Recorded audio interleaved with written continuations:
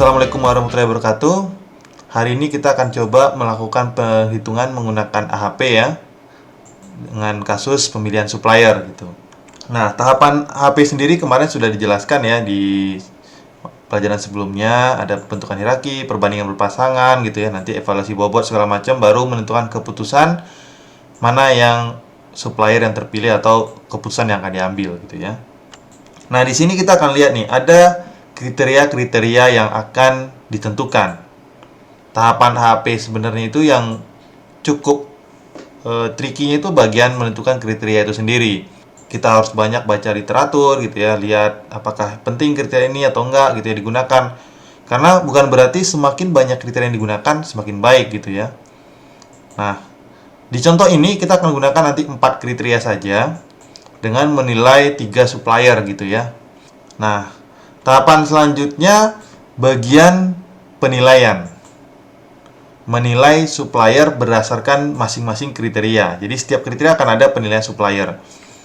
Ini kemarin sudah ada, ini adalah teknik ratingannya dari 1 sampai 9 ya. Tinggal diisi saja nanti sesuai dengan nilai masing-masingnya.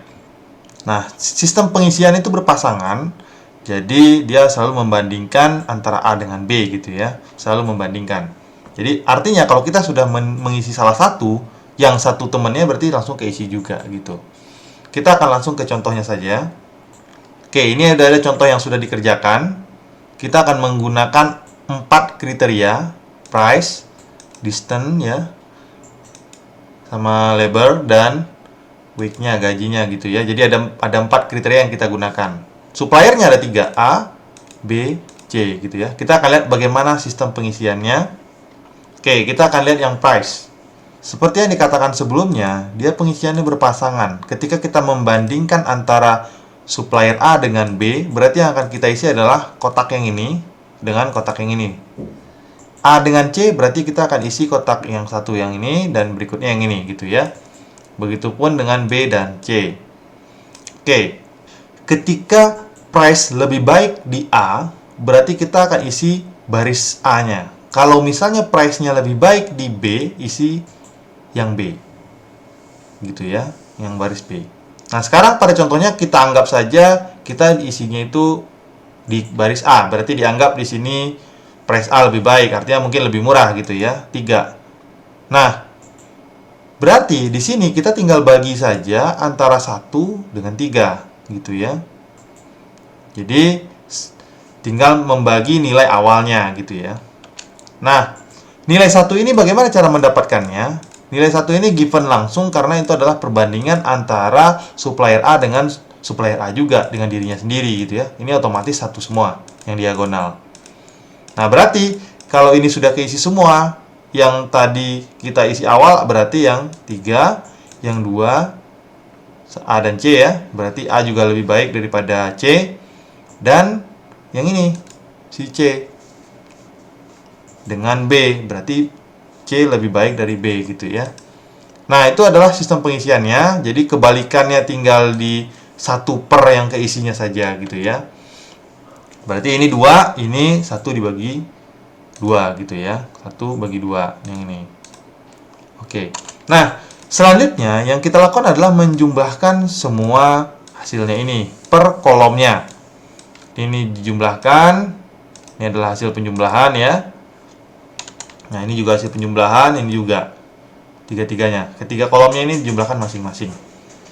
Hasil penjumlahan ini nantinya akan digunakan sebagai pembagi di perhitungan selanjutnya. Tapi kita selesaikan dulu untuk semua kriterianya. Tadi baru price ya. Nah, kita lanjutkan ke distance dengan cara yang sama. Lanjut lagi yang labor, yang sampai yang terakhir gitu ya, keempat-empatnya. Nah, sekarang kita masuk langkah yang kedua.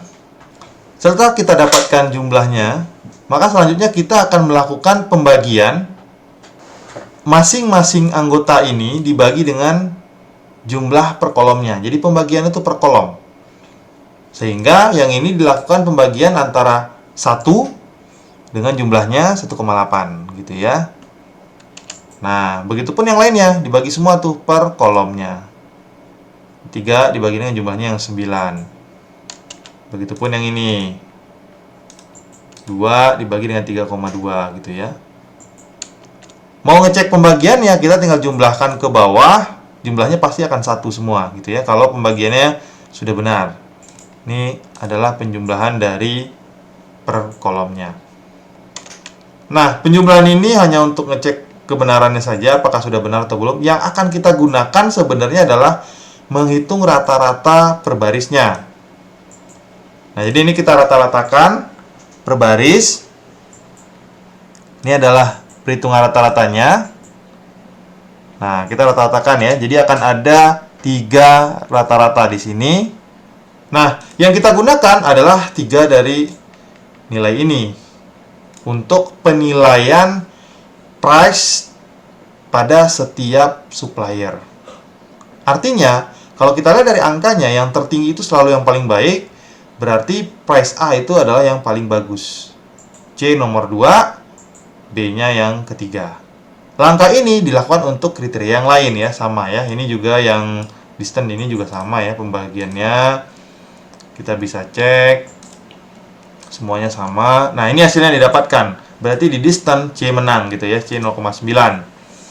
Ini lanjutkan berikutnya sampai yang keempat. Nah, angka masing-masing ini kita kumpulkan nih dalam satu matrik lagi. Nah, matriknya kita sudah buat. Ini adalah matriknya.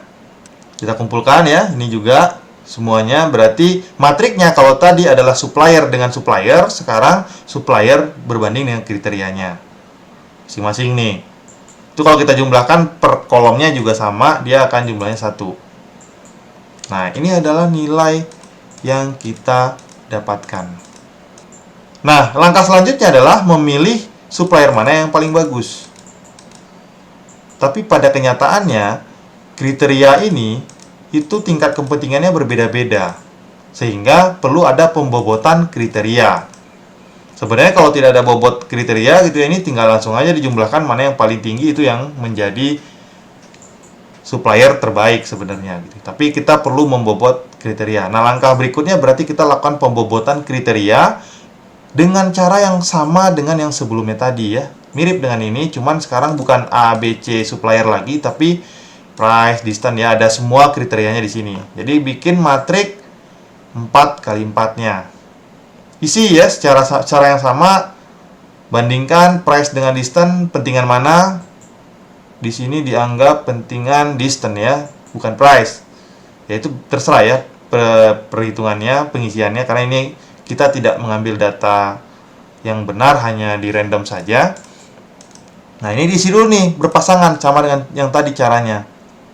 Sama, dijumlahkan juga per kolom. Untuk setiap kolom ya, dijumlahkan.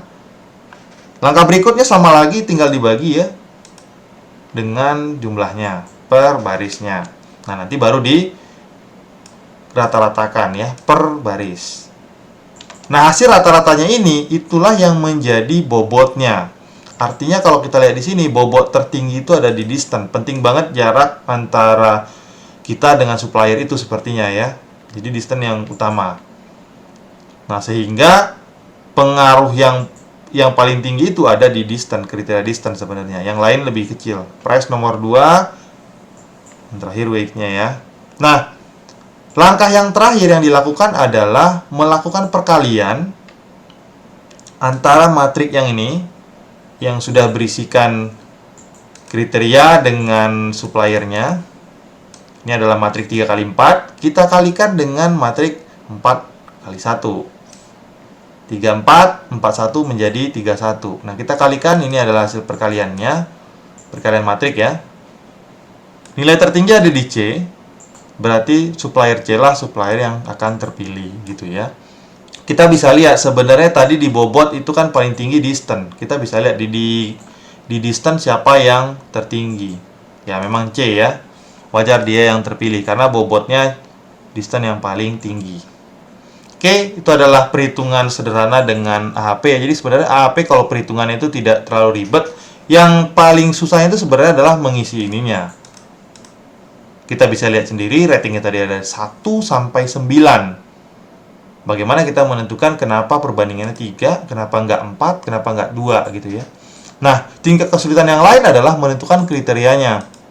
Kenapa gunakan price, kenapa distance, itu yang akan dipertanyakan. Memilihnya itu yang paling penting sebenarnya. Oke ya, sekian dari saya. Assalamualaikum warahmatullahi wabarakatuh.